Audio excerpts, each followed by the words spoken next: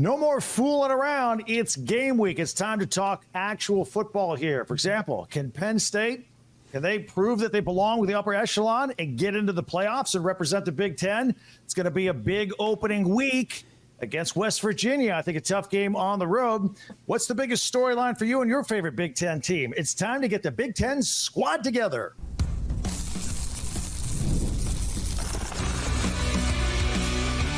You are Locked On Big Ten, your daily podcast on the Big Ten Conference. Part of the Locked On Podcast Network, your team every day. Welcome to the Big Ten Conference Squad. All right, sit back, grab a beverage, enjoy, and get ready for the upcoming college football season in the Big Ten. I'm Craig Shemon, host of Locked On Big Ten, and today our program is brought to you by 5 Hour Energy. 5 Hour Energy fixes tired fast. With zero sugar and a convenient portable size, it's the perfect pick-me-up for getting stuff done. Go to 5hourenergy.com and use the promo code LOCKEDONCFB to receive 20% off your order. This offer is only valid until September 30th on one order and cannot be used with other promotions. Go to 5hourenergy.com today. All right, let me introduce you to some of the members of the squad. We have Spencer McLaughlin from Locked On Ducks, Matt Sheehan from Locked On Spartans, Roman Tomashoff from Locked On Huskies, Jacob Goins from Locked On Hoosiers, Jay Stevens from Locked On Buckeyes, and we have Zach Anderson Yosmeyer from Locked On UCLA. Gentlemen, how are you today? Ready for football. Let's do it. Same. I am very ready. Let's get started here, and I want to get some predictions here because these first games for a lot of our teams, let's face it, they might, I don't want to say easy wins, but they might be blow-off games. I'm not blow-off games. They may win rather easily in a lot of cases. I know Ohio State, Jay, is a 49.5-point favorite. So I'll start with you, though, Spencer, in Oregon. Welcome to the Big Ten. What is the first thing you're looking for this weekend, taking on Idaho? What are you going to get out of this game? How Dylan Gabriel looks in a Will Stein offense compared to Bo Nix. Is it going to be the best measuring stick going up against the Vandals? No. But is it the worst FCS program you could go up against? Also no. They were in the FCS quarterfinals a season ago. The Kibbie Dome is kind of lit if people did not know. But I think that for Oregon, that's the biggest question I have offensively. And I expect Dylan Gabriel to have the best statistical season of his career. I think he pushes for a 4,000-yard campaign, accounts for probably around 40 touchdowns or so, and keeps the interceptions under 5 and completes close to 70% of his passes. And this will be the first step towards accomplishing those sorts of numbers, to having that sort of season. And how he looks in the offense compared to what it was last year with Bo Nix, you have a lot of the same players on the O-line, tight end room, receiving room. You have the same offensive coordinator, same head coach. You just have a different quarterback. So how does that look? I have confidence because I've seen everything else. I haven't seen Dylan Gabriel yet. Really excited to see how he thrives. All right, you're predicting a win, a blowout win? Yeah, I think that's going to be a comfortable Saturday afternoon at Autzen. All right, very good. Let's talk some Michigan State football. Matt, what are you expecting? What is your prediction for weekend number one? And by the way, you guys seem to like to start on Friday nights, Friday Night Lights, almost every year. Absolutely. Get it out of the way. You actually get to enjoy all the other games on Saturday, Sunday, Monday. It's like having the first game of March Madness. You know, you get the puckering feeling out right off the bat, and now you can enjoy the actual weekend as God intended. So what I'm predicting here is something that Michigan State fans haven't done for the better part of 11 months. We're going to smile. We're going to smile on Friday because I think it's going to be a good win here for Michigan State. Yes, Florida Atlantic. It's not the Florida Atlantic that we used to know with Lane Kiffin. They're replacing a ton of players, especially on that offensive side of the ball. 9 new starters. But MSU, they got some new faces too, especially on that offensive line. 2 strong transfers, Tanner Miller, Luke Newman. Need to see them perform against a pretty solid FAU front. Again, by and large, not a fantastic team, but still 6 returning starters to that front 6 of the Owls. So this is going to be a good test early on against a group of 5 teams. So I expect a smile, a win, and hopefully some good offensive line play so we can continue to smile throughout the rest of the season, unlike last year. All right, Roman from Locked On Huskies. We're going to have to stay up late for this one against Weber State. What is your prediction? I think we're going to see a really well-coached team on both sides of the ball, where the number one thing that I'm watching for with, 20 new starters, it's a tired, conversation point with Husky fans now, where they just want to see the team on the field. And I think with Jed Fish's offense, with Steve Belichick's defense, we're going to see a really well-coached squad on both sides of the ball that's going to score some points, going to generate some turnovers, and be a lot better than some people think. All right, Jacob from Locked On Hoosiers, Florida International. Curt Cignetti's going to win his first game ever as head coach of the Hoosiers, right? Absolutely. Yes, he will win the first game. I want to see fans show up, fans buy in the same way that the entire university has done. And yeah, he's going to win game one. I'm not going to say it's going to be easy or look pretty while they do it, but they are going to win game one and possibly game two before they open up with UCLA in the Big Ten. All right. And, I think Curtis Rourke is going to start at quarterback. By the way, what's the skinny on that Tyler Cherry from Center Grove, the freshman? How's he coming along? He's good. He's going to be, in the backup role, and he's got a lot to learn. The talent is there, but you got a guy in Curtis Rourke who's played a lot of college football, who's been playing for going on 6 years now. So he'll be the starter, but Tyler Cherry could be the future here in Blue. All right, so Indiana, Florida International, and Michigan State with Florida Atlantic. I told you, I live in Florida. I get those guys mixed up all the time, and we got them in the same segment talking about it's crazy. All right, Buckeyes. This is supposed to be the season.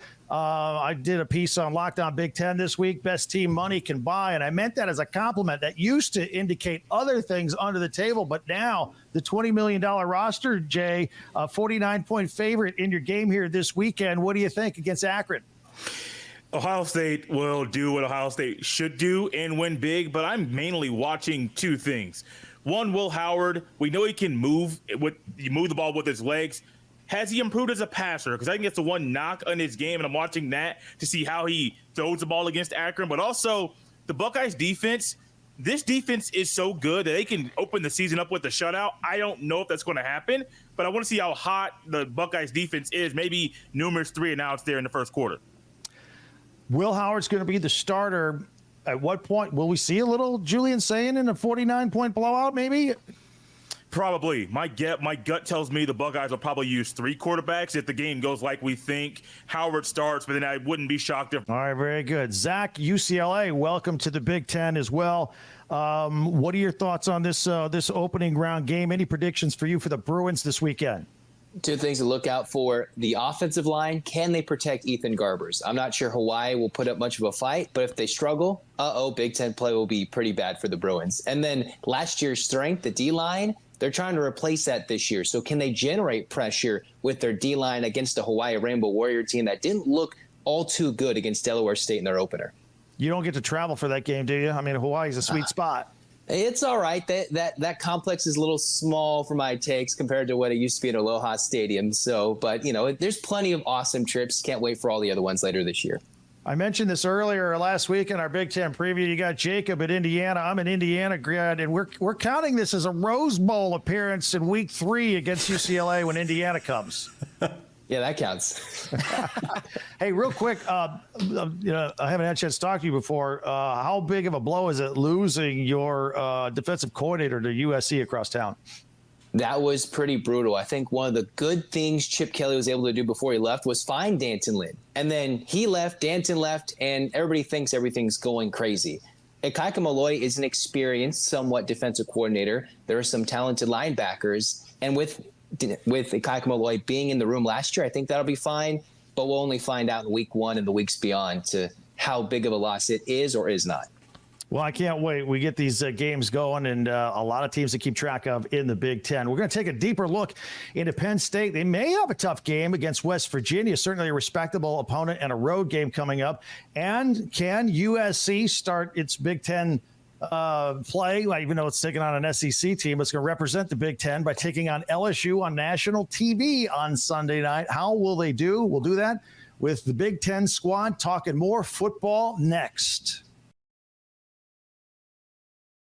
And 5 Hour Energy. I love this product. Have you ever been driving down the road late at night, a little bleary-eyed? Take a little shot of 5 Hour Energy. You're good to go. Maybe you're a little tired after lunch at work, and you got a list of things you want to do, but you don't want to really do them, but you have to do them. 5 Hour Energy, give you the energy. Even after work, a little 5 Hour Energy to give you some energy to go and work out afterward because you're kind of tired at the end of the day. Did you know 5 Hour Energy has 0 sugar? It's got that convenient Little portable size. It's a perfect pick-me-up for getting stuff done. So go to 5hourenergy.com. By the way, that's the number 5. 5hourenergy.com and get some 5-Hour Energy product today. You can use our promo code LOCKEDONCFB and receive 20% off your order. Now, this order is only valid through September 30th on one order and cannot be used with other promotions. The code is not good on other subscription orders, but go to 5hourenergy.com today. That's 5hourenergy.com. The Big Ten squad continues. It is the opening week of the college football season. We're having fun here. We're juggling new people, moving people in and out, as many people on screen as possible. We've added Trent Condon from Locked On Hawkeyes, and we've got Zach Seiko from Locked On Nittany Lions. Zach, we'll talk about the Nittany Lions first. Big game on the road, West Virginia. I think this is a respectable opponent on the road, which may make it a little tougher. Any concern on your part for this game? Not a concern that Penn State wouldn't win. I think West Virginia is a respectable opponent. They're picked to contend for the Big 12 Conference. Do I think West Virginia can make this close?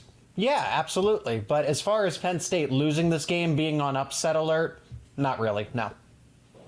All right, and how's Drew Aller looking? Everything good so far? He had a great year last year. It could be better, I think, more aggressive. What do you see? We see a confident Drew Aller, a more confident Drew Aller, because that was really the issue. He has the arm talent, pretty good decision maker from what we see over here. Again, only 2 interceptions and had one. And you look at what Pro Football Focus said about how, turnover worthy throws. Bo Nix, Spencer from Locked On Ducks would appreciate that. Bo Nix was number 1 in that category. Drew Aller was number 2 in terms of the least turnover-worthy throws. So yeah. Drew Aller just needed, I think, a little more confidence, and you have a coordinator to do that with Andy Kotelnicki, and he's going to run the football a little more too. So I think that's just going to help at least keep defenses honest with Drew Aller, the dual threat quarterback, if you can believe that. Trent Condon from Locked On Hawkeyes. Every time I see you're in a car, you're always on a go. You're going the extra mile, literally, to be on this program. Thank you very much for doing that. And by the way, good acoustics inside a car, right? Yeah, I think so. I think we're in good shape here. And now we're just awaiting week 1 minus Kirk Ferentz. And for the first time since 1978, I was -2 at the time. Neither Hayden Fry or Kirk Ferentz will be on the sideline this weekend. And it's very interesting because we all, as a conference, we all saw what happened to Michigan. 3 games beginning of the season, 3 games end of the season. There's still stuff going on. And Iowa was like, they were informed of infraction.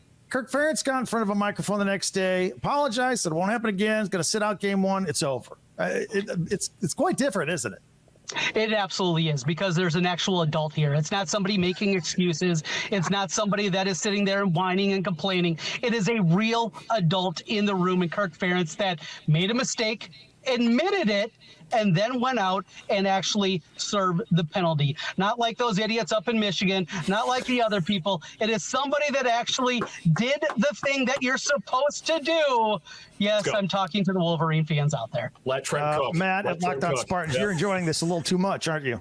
No, this is not. When someone's preaching the truth, you can only stand up and clap. That's really all we got. But no, I was almost confused. I was like, I thought you just screamed cheeseburger at each other until the suspension is even greater than what it was going to be originally, and then you just deny that anything even happened after the fact. That's what I read in the handbook. So I don't know what copy you guys got down there, but I kind of like the speed of that one, Trent. So it's great that this came up. I literally just got done watching the Connor Stallions documentary. Fascinating watch. Fascinating watch. Yeah.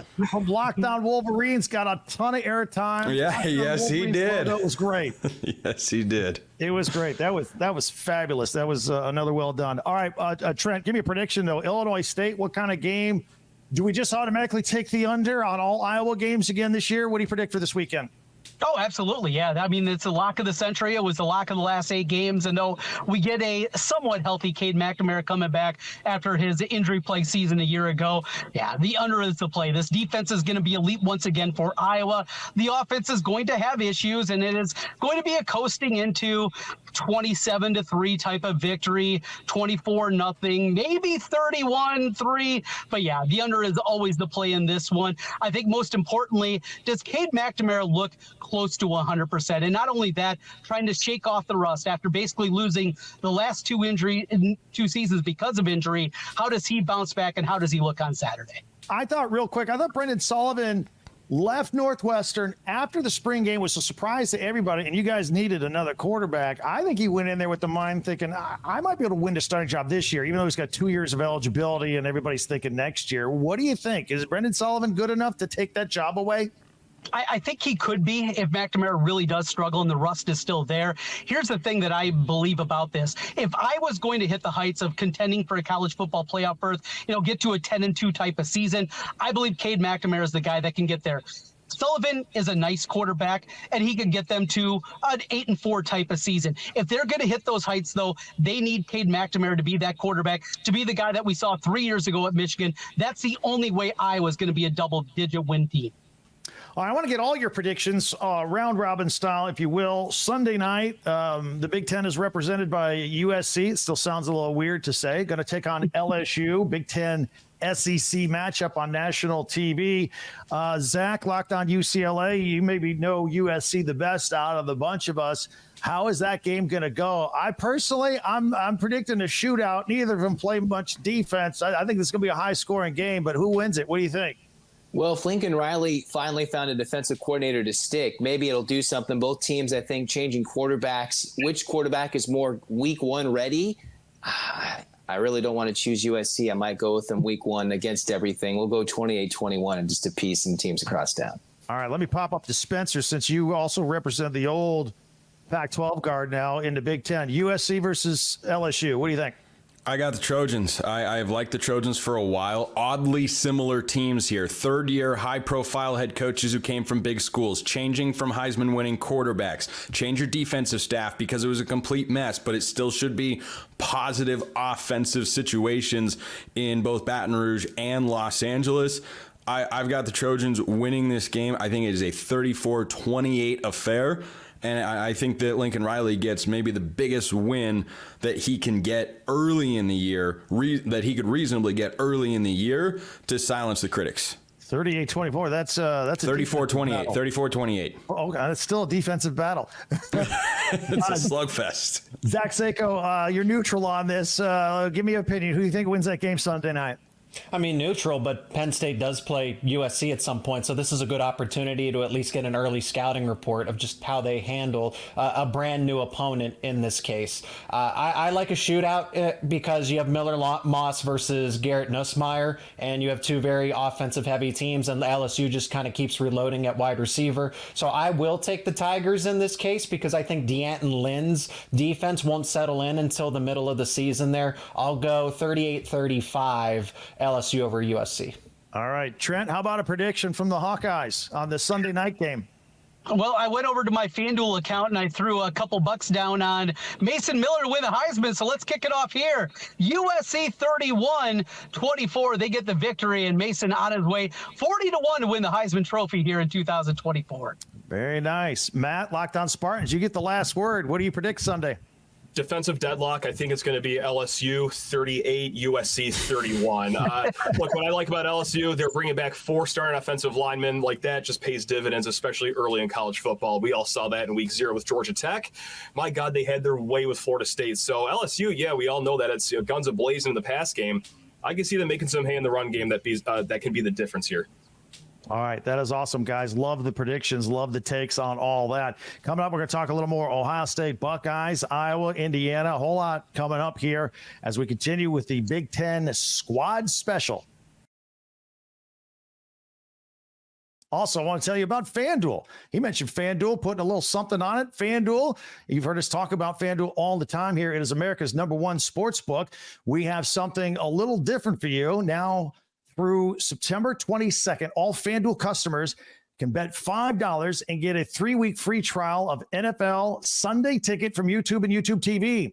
Then, with a YouTube TV base plan, you'll be able to watch every regular season Sunday afternoon out-of-market game. All you need is a Google account and a current form of payment, and you can cancel anytime. Just visit FanDuel.com/lockedon and download America's #1 sportsbook. Factor, I got to tell you about this. You fuel up the body with Factor meals. This is fantastic. I hate coming home tired at the end of the day. Oh, what am I going to eat? Factor helps you out. No mess meals. You can meet your wellness goals. And they've got a menu of chef-crafted meals and options. You can watch your calories, protein meals, keto, whatever you're into, they've got it. Factor's fresh, never frozen meals are dietitian approved and ready to eat in just 2 minutes. 35 different meals and 60 more add-ons as well. It's a great way to kickstart a new healthy routine. Make your day delicious from breakfast to dessert. Throughout the whole day, lunch, dinner, they have it all. Treat yourself to restaurant quality meals that feature premium ingredients like filet mignon and shrimp, for example. Head over to factormeals.com/LockedOnCollege50 and use the code LockedOnCollege50 to get 50% off your first box plus 20% off your next month. That's code LockedOnCollege50 at factormeals.com/LockedOnCollege50 to get 50% off your first box plus 20% off your next month while your subscription is active. Check it out with Factor Meals. As we continue with our Big Ten squad special, getting ready for week 1 of the college football season. It is finally here. We're very excited. And, of course, here talking still with Spencer McLaughlin from Locked On Ducks, and Jacob Goins is back from Locked On Hoosiers, Roman Tomashoff from Locked On Huskies, and Jay Stevens from Locked On Buckeyes rejoining us here. And, Roman, let's talk a little bit more about the Washington Huskies. You know, when we spoke last week, I still think you guys are like the mystery team. And, Jed Fish, he comes in here, in Arizona, he took over a team that was broken, built them, and left the cupboard full. They're a ranked team this year, what he left behind. And that's his reputation. That's what's appealing to Washington, is he can come in there, and it's hard to say rebuild a team that went to a national championship last year, but they are kind of starting over.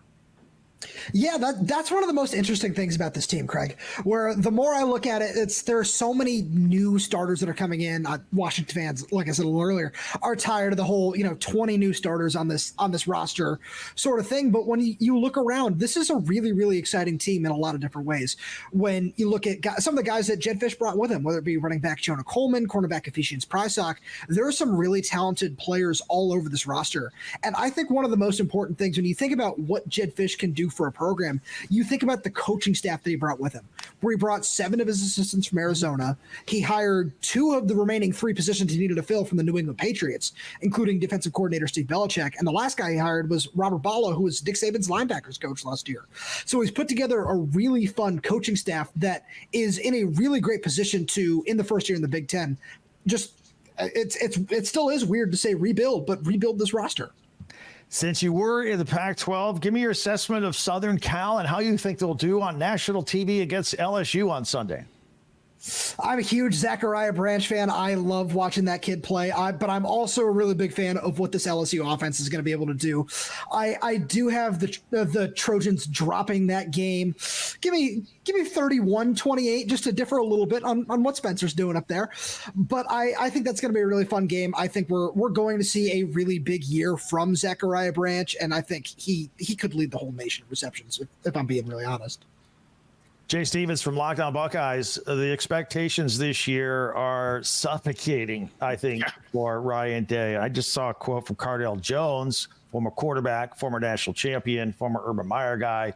And he's like behind one of the 2 major nil collectives for Ohio State. And he flat out said, hey, we're not just going to be happy with just beating Michigan or getting to a Big Ten championship or even getting to the playoff. We have to win it all. That's a money guy now, a former player who's behind the money, the nil money behind this roster, have to win it all. That's threading the needle on expectations there at Ohio State. Yeah, they're putting a lot of pressure on him. Cardale Jones, I remember the quote he actually had, I didn't come here to play no school. It's true. You go there to play football. And Ohio State, the coaches are saying it, the players are saying it, the money's behind it. It's now going out there and winning. Do we actually think Ohio State's going to be able to do that this year? And I'm an Ohio State person. I have my own thoughts about maybe they may not be able to do it, but also if they get the quarterback right, Ohio State's in a great shot with the roster right now to win it all this year. Well, it is. It certainly is high expectations. I didn't know if it was more of excitement or like a nervous energy behind the scene, but it's certainly the elephant in the room each and every week. I'll take you outside of your game against Akron. We've been talking a lot about a couple other big games in the Big Ten, USC and LSU, and of course Penn State on the road against West Virginia. Any predictions by you and any thoughts this weekend? I'm going with Penn State. I would feel a little weird how I went West Virginia. I know Morgantown's going to be rocking, and I know it's going to be a fun atmosphere there, but I think Penn State's too good, and if Drew Aller wants to kind of change the narrative about him, this is the time to do it. You can start week 1. Just go out there and win that game. Jacob from Locked On Hoosiers, how about your thoughts as we look at some of the other big boys on Sunday night? How about your predictions for those two games I just mentioned, Penn State and West Virginia, and, of course, USC and LSU? Well, first of all, I want to make sure that everybody knows we say that in Bloomington, too, that it's championship or bust this year. So we're in the same boat as Columbus, just so everybody knows. No, on those two games in particular, I think Penn State, if they don't show up and play their best, they can lose. I think West Virginia is sneaky talented, sneaky good, and in a conference that a lot of people are going to kind of write off this year. But I think Penn State will get the job done. And then I'm taking LSU. I'm going to take Garrett Nussmeier and LSU to beat USC on that Sunday night. I think it'll be not quite a 65-60 shootout, but it's not going to be in the teens either. I'll take LSU. We'll say 31-20 LSU over USC. I just think they got a little bit more talent than USC does. So give me 20. LSU. Yeah. All right. That's right, Spencer. Mark it down. That's a selection. Spencer on Locked On Ducks. I already asked you about the Southern Cal game. How about West Virginia hosting Penn State? Is it going to be any difficulty for Penn State being a road game for them? Well, I hope nobody looks at the point spread of Penn State minus 8.5 and thinks, well, no chance at an upset there. We had a 10.5 point underdog win outright in week 0 in Georgia Tech. Could we see that again? No, I don't think so. I love this Penn State team. I love what they have coming back and what they have brought in. I know they lost both coordinators, but one I think was by choice and one, of course, was not. But I like the move that they made to bring in Tom Allen, someone who Jacob is very familiar with on the defensive side of the football. Andy Kotelnicki as the offensive coordinator with Drew Aller. It doesn't need to be Kansas-level offense from last year. It just needs to be a little bit more capable against the big boys.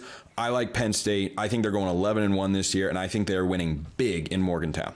All right. Great job, guys. We're looking forward to the season. Looking forward to working with all you guys each and every week. To our audience out there, you can follow and subscribe your favorite Big Ten team from Locked On. We'll be covering your favorite team every day throughout the season. And don't forget, I'll have you covered with the entire conference every day on Locked On Big Ten, part of the Locked On Podcast Network.